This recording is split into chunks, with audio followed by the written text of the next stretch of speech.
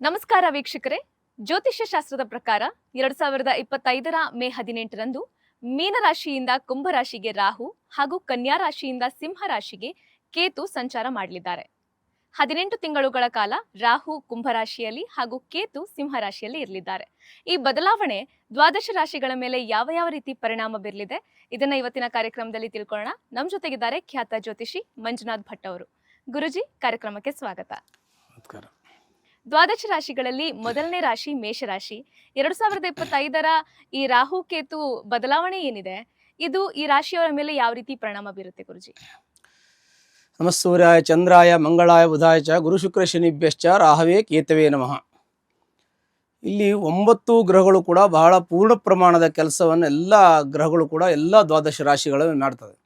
ಆದರೆ ರಾಹುಕೇತುವನ್ನು ವಿಶೇಷವಾಗಿ ನಾವು ಗಣನೆಗೆ ತೆಗೆದುಕೊಳ್ತೀವಿ. ಕಾರಣ ಏನು ಅಂದರೆ ಅದು ನೆಗೆಟಿವ್ ಪ್ಲಾನೆಟ್, ಅಂದರೆ ಅದು ಋಣಾತ್ಮಕ ಶಕ್ತಿಯನ್ನು ಪ್ರಸಾರ ಮಾಡುವಂಥ ಒಂದು ಗ್ರಹಗಳು. ಹೀಗೆ ಅನೇಕ ಗ್ರಹಗಳಿದೆ, ಅಂದರೆ 9 ಗ್ರಹಗಳಲ್ಲಿ 9 ಶುಭಾಶುಭ ಎರಡನ್ನೂ ಕೊಡುತ್ತೆ.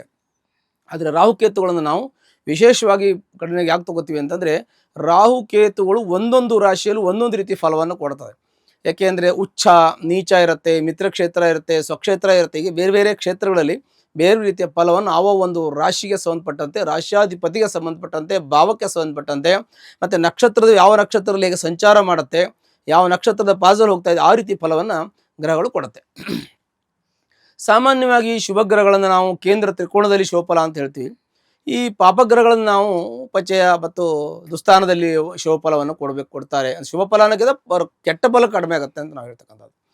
ಹೀಗೆ ಮೇಷರಾಶಿಗೆ ನಾವು ಬಂದಾಗ ಇದೇ ರೀತಿಯಾಗಿ ನಾವು ಎಲ್ಲ ರಾಶಿಗಳನ್ನು ನಾವು ನೋಡ್ಕೊಂಡು ಹೋದಾಗ, ಮೊದಲಿಗೆ ಮೇಷರಾಶಿ ಎಂದರೆ ಕಾಲಪುರುಷನ ಮೊದಲನೇ ಭಾವ ಅಂತ ಹೇಳ್ತೀವಿ. ಕಾಲಪುರುಷನ ಪ್ರಥಮ ರಾಶಿ ಮೇಷರಾಶಿ. ಈ ಮೇಷರಾಶಿ ಅಧಿಪತಿ ಆಗಿರ್ತಕ್ಕಂಥವನು ಕುಜ.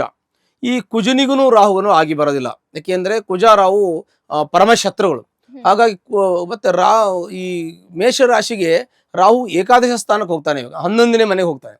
ಹಾಗಾಗಿ ರಾಹು ಈ ಮೇಷರಾಶಿಗೆ ಶುಭಫಲ ಕೊಡ್ತಾನೆ ಅಂತ ಹೇಳಬೇಕು. 6ನೇ ಮನೆಗೆ ಕೇತು ಬರ್ತಾನೆ, ಅಂದರೆ ಮೇಷರಾಶಿಗೆ.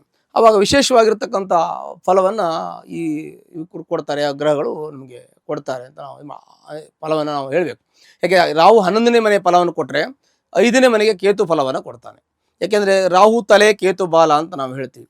ಹೀಗೆ ಹೇಳುವಾಗ ರಾಹು ಹೇಗೆ ಒಂದು ಮನೆ ಮುಂದೆ ಹೋದರೆ, ಒಂದು ಭಾವ ಮುಂದೆ ಹೋದರೆ, ಕೇತುನು ಕೂಡ ಒಂದು ಭಾವ ಮುಂದೆ ಹೋಗ್ತಾನೆ. ಅಂದರೆ ಅದು ನಾವು ಅಪರದಕ್ಷಿಣವಾಗಿ ಈ ರಾಹು ಕೇತುಗಳು ಚಲನೆಯನ್ನು ಮಾಡುತ್ತೆ. ಹೀಗಾಗಿ ಮೇಷರಾಶಿಗೆ ರಾಹು ಒಳ್ಳೆಯ ಫಲವನ್ನು ಕೊಡ್ತಾನೆ, ಮತ್ತು ಕೇತು ಪಂಚಮದಲ್ಲಿರೋದ್ರಿಂದ ಸ್ವಲ್ಪ ಮಟ್ಟಿಗೆ ಒಂದು ಬೇರೆ ರೀತಿಯ ಫಲವನ್ನು ಕೊಡ್ತಾನೆ ಅಂತ ಹೇಳಬೇಕು.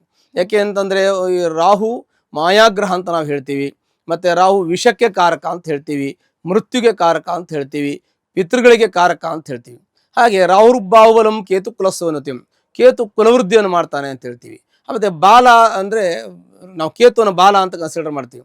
ಎಷ್ಟೋ ವಿಚಾರಗಳು ನಾವು ಬಂಧನ ಅಂತ ಹೇಳ್ತೀವಿ, ಬಂಧನದಲ್ಲಿ ಸಿಗ್ತೀವಿ. ಈ ಕಾರಾಗ್ರಹಂಜಗರಣ ಈ ಕಾರಾಗ್ರಹಕ್ಕೆ ಹೋಗ್ತಕ್ಕಂಥದ್ದು ಒಂದು ಬಂಧನ ಅಂತ ಹೇಳ್ತೀವಿ. ಯಾವುದೋ ಒಂದು ವಿವಾಹಕ್ಕೆ ಸಂಬಂಧಪಟ್ಟಂಥ ಒಂದು ಬಂಧನ ಅಂತ ಹೇಳ್ತೀವಿ. ಹೀಗೆ ಬಂಧನ ಅನ್ನುವಂಥದ್ದು ಶಬ್ದ ಬರ್ತದೆ, ಅದಕ್ಕೆ ಕೇತು ಕಾರಕನಾಗ್ತಾನೆ. ಜ್ಞಾನಕಾರಕನು ಅಂತ ನಾವು ಹೇಳ್ತೀವಿ, ಮೋಕ್ಷಕಾರಕನು ಅಂತ ಹೇಳ್ತೀವಿ, ಮೋಕ್ಷಕ್ಕೆ ಕಾರಕನು ಅವನೇ ಆಗ್ತಾನೆ. ಅಂದರೆ ಒಬ್ಬರ ಸನ್ಯಾಸವನ್ನು ಸ್ವೀಕಾರ ಮಾಡಬೇಕು ಅಂದರೆ ಕೇತುವಿನ ಒಂದು ಫಲನೂ ಬೇಕಾಗ್ತದೆ. ಮತ್ತು ಜ್ಞಾನ, ಅತಿಯಾದ ಜ್ಞಾನವನ್ನು ಪಡೆಯೋಕ್ಕೂ ಕೂಡ ಕೇತುನು ಬಹಳ ಒಳ್ಳೆಯ ಫಲವನ್ನು ಕೊಡ್ತಾನೆ. ಗುರು ಶುಕ್ರಕ್ಕಿಂತ ಹೆಚ್ಚಿನ ಒಂದು ಒಳ್ಳೆಯ ಜ್ಞಾನವನ್ನು ಯಾರು ಕೇತು ಕೊಡ್ತಾನೆ. ನಮ್ಮಲ್ಲಿ ಗುರು ಜ್ಞಾನಕ್ಕೆ ಕಾರಕ ಅಂತ ಹೇಳ್ತೀವಿ, ಶುಕ್ರನು ಶೌರ್ಯಕ್ಕೆ ಕಾರಕ. ಈ ಒಂದೊಂದು ಗ್ರಹಗಳು ಒಂದೊಂದು ಫಲ ಇದ್ರೂ ಕೇತು ಮಹಾಬಲಿಷ್ಠವಾಗಿರ್ತಕ್ಕಂಥವನು, ಮತ್ತು ಅವನು ಮಹಾ ಒಂದು ಜ್ಞಾನವನ್ನು ಕೊಡ್ತಕ್ಕಂಥವನು, ಪ್ರಜ್ಞೆಯನ್ನು ಕೊಡ್ತಕ್ಕಂಥವನು. ಮತ್ತು ಅವನು ಕೇತು ಬಹಳವಾಗಿ ಮತ್ತು 6 ಸೆನ್ಸ್ ಅಂತ ಹೇಳ್ತದ್ದು ಕೇತುವಿನಿಂದ ಬರ್ತಕ್ಕಂಥದ್ದು. ಹಾಗಾಗಿ ಈ ಕೇತು ಪಂಚಮದಲ್ಲಿ ಇದ್ದಾಗ ಸಂತಾನಕ್ಕೆ ತೊಂದರೆ ಆಗ್ತದೆ. ಗುರುಬಲ ಇದ್ದರೆ ತೊಂದರೆ ಆಗೋದಿಲ್ಲ, ಆದರೆ ಅವರಿಗೆ ಸಂತಾನ ತೊಂದರೆ. ಪಂಚಮದಲ್ಲಿ ರಾಹು ಕೇತುಗಳಿದ್ದಾಗ ಸ್ವಲ್ಪ ಮಟ್ಟಿಗೆ ತೊಂದರೆ ಆಗ್ತದೆ. ಈ ಪಂಚಮಕ್ಕೆ ಕೇತು ಇರೋದ್ರಿಂದ ಸಂತಾನಕ್ಕೆ ಸಂಬಂಧಪಟ್ಟಂಥ ತೊಂದರೆ ಆಗ್ತದೆ. ಅವರು ಆರೋಗ್ಯದ ಬಗ್ಗೆ ಸ್ವಲ್ಪ ಗಮನ ವಹಿಸಬೇಕು ಅಂತ ನಾವು ಹೇಳ್ತೀವಿ. ಮತ್ತು ರಾಹು ಲಾಭದಲ್ಲಿ ಇದ್ದಾಗ ಫಾರಿನ್ಗೆ ಹೋಗುವಂಥ ಯೋಗ ಬರ್ತದೆ, ಹೊರದೇಶಕ್ಕೆ ಹೋಗಿ ಪ್ರಯಾಣ ಮಾಡುವಂಥ ಯೋಗ ಬರುತ್ತೆ, ಮತ್ತು ಆಕಸ್ಮಿಕ ಧನಪ್ರಾಪ್ತಿ ಆಗುವಂಥ ಯೋಗ ಇರುತ್ತೆ, ಮತ್ತು ಯಾವುದೋ ಕೆಲಸ ಕಾರ್ಯಗಳಲ್ಲಿ ಅನಿರೀಕ್ಷಿತವಾಗಿ ದುಡ್ಡು ಬರ್ತಕ್ಕಂಥದ್ದು. ಹೀಗೆ ಆ ರಾಹುವಿನಿಂದ ಒಳ್ಳೆಯ ಶುಭಫಲಗಳು ಕೂಡ ಮೇಷರಾಶಿಯವರಿಗೆ ಪ್ರಾಪ್ತಿಯಾಗತ್ತೆ. ಮತ್ತು ಕೇಂದ್ರದಲ್ಲಿ ಗುರು ನೋಡ್ತೇವೆ. ವಿಶೇಷವಾಗಿ ನಾವು ಏನು ಗ್ರಹಗಳಲ್ಲಿ ನಾವು ರಾಹುಕೇತುವನ್ನು ಹೇಗೆ ನೋಡ್ತೇವೆ ಹಾಗೆ ಗುರು ಶನಿಯನ್ನು ನೋಡಬೇಕು ಅಂತ ಶಾಸ್ತ್ರ ಇದೆ. ಅದು ಗೋಚರದ ಫಲದಲ್ಲಿ, ಈಗ ನಾವು ಹೇಳ್ತಾ ಇರೋದು ಗೋಚರ ಫಲ. ಗೋಚರದಲ್ಲಿ ಪೂರ್ವಾಹಿತ ಕರ್ಮವನ್ನು ಸೂಚಿಸ್ತಕ್ಕಂಥ ರಾಹುವನ್ನು ಹೇಗೆ ನೋಡ್ತೀವಿ ಹಾಗೆ ಸಂಚಿತವಾಗಿರ್ತಕ್ಕಂಥ ಗುರುವಿನ ಪುಣ್ಯ ಫಲವನ್ನು ನಾವು ನೋಡಬೇಕು. ಎಲ್ಲ ಪ್ರಾರಬ್ಧದ ಕರ್ಮ ಹೇಗಿರುತ್ತೋ ಹಾಗೆ ಪುಣ್ಯದ ಫಲವೂ ಇರುತ್ತೆ, ಕರ್ಮದ ಫಲವೂ ಇರುತ್ತೆ, ನಮ್ಮ ಜೊತೆ ಇವೆಲ್ಲ ಇರ್ತದೆ. ಹಾಗಾಗಿ ಕರ್ಮದ ಫಲವನ್ನು ಸೂಚಿಸ್ತಕ್ಕಂಥವನು ಶನಿ, ಪುಣ್ಯದ ಫಲವನ್ನು ಸೂಚಿಸ್ತಕ್ಕಂಥವನು ಗುರು, ಪೂರ್ವಾಹಿತ ಕರ್ಮವನ್ನು ಸೂಚಿಸ್ತಕ್ಕಂಥವನು ರಾಹು. ಹಾಗಾಗಿ ಪೂರ್ವಜನ್ಮಂ ಕೃತಂ ಪಾಪಂ ವ್ಯಾಧಿ ರೂಪೇಣ ಬಾಧ್ಯತೆ, ಜನ್ಮ ಜನ್ಮಾಂತರದ ಯಾವುದೇ ಪಾಪದ ಫಲ ಇರಲಿ, ಕೆಟ್ಟ ದುಷ್ಪರಿಣಾಮಗಳಿದ್ರೂ ಕೂಡ ರಾಹುವನ್ನು ನಾವು ಜಾತಕದಲ್ಲಿ ಪರಿಶೀಲನೆ ಮಾಡಬೇಕು. ಕರ್ಮವನ್ನು ಶನಿಯಿಂದನೂ ಪುಣ್ಯವನ್ನು ಗುರುವಿಂದನೂ ನಾವು ನಿರೀಕ್ಷೆಯನ್ನು ಮಾಡಬೇಕು. ಆ ಕಾರಣದಿಂದ ರಾಹು ಮೇಷರಾಶಿಗೆ ಶುಭಫಲವನ್ನು ಕೊಡ್ತಾನೆ, ಸಂತಾನಕ್ಕೆ ಸಂಬಂಧಪಟ್ಟಂತಹ ಸಣ್ಣ ಪುಟ್ಟ ತೊಂದರೆಗಳನ್ನು ಕೊಡ್ತಾನೆ.